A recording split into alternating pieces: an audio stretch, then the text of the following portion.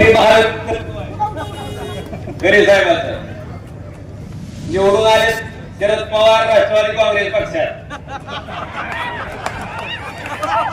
आणि आता शिंदे साहेबाला सोडून आले. आझाद शत्रू माणूस आहे, सर्वपक्षीय असं खरे साहेबांचं व्यक्तिमत्व आहे. मी जिल्हा नियोजन समितीच्या बैठकीमध्ये हमेशा बोलत असतो की एखादा कामाचा विषय झाला तिथं पक्ष पार्टी काय अडवू येत नाही यांना, जरा तडपुड चालू असते कार्यक्रम. ते आम्हाला काही जमलं नाही, त्यांना चांगलं जमलंय. ओमराजांना ऐकायला पाहिजे होतं माझ्या पाठी, पण ओमराजे म्हणाले की शिंदे साहेबांना घालवून खरे साहेब कार्यक्रमाला आले. मी आज सांगतो माझ्यावरती प्रचंड मोठ्या प्रमाणामध्ये एकनाथरावजी शिंदे साहेबांनी प्रेम केलं. गेली 33 वर्ष आणि आता 34वं वर्ष लागलं. बाळासाहेब आंबेडकर आता 34वं वर्ष लागलं.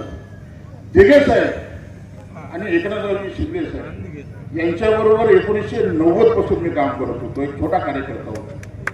जरी मी बौद्ध समाजात असलो तरी माझी धरण शिवसेनेत नाही. माझ्या निवडणुकीत महाराष्ट्रात पहिल्यांदा असं झालं, माझ्या राईट हाताला उद्धव साहेबांची सेना आणि माझ्या लेफ्ट साईडच्या हाताला शिंदे साहेबांची सेना, दोन्ही सेना एकत्र मिळून माझा प्रचार करत होते. हा विजयाचं दुसरं एक माझं कारण काका बरोबर, कारण महाराष्ट्रातला एकमेव मतदारसंघ होता मोहोळ, की आपण बाळासाहेबांचे सैनिक आहोत. तिथं मोहोळमध्ये वाद झालाच नाही.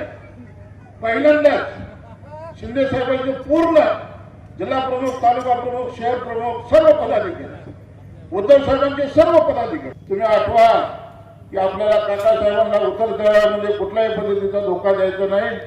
काकासाहेबांचे आशीर्वाद घेऊन मी आमदार आहे. शिंदे साहेबांचे मला प्रचंड आशीर्वाद आहे.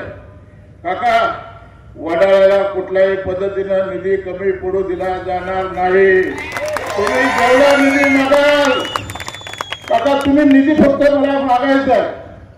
वडाळ्यात सहित 24 गावासाठी या उत्तर सोलापूर तालुक्यासाठी काय पाहिजे आम्हाला बापूला माहिती आहे की मला मी मागणी जर केली तर शिंदे साहेबांनी कधी माझ्या मागणीला असं बाजूला ठेवलं नाही.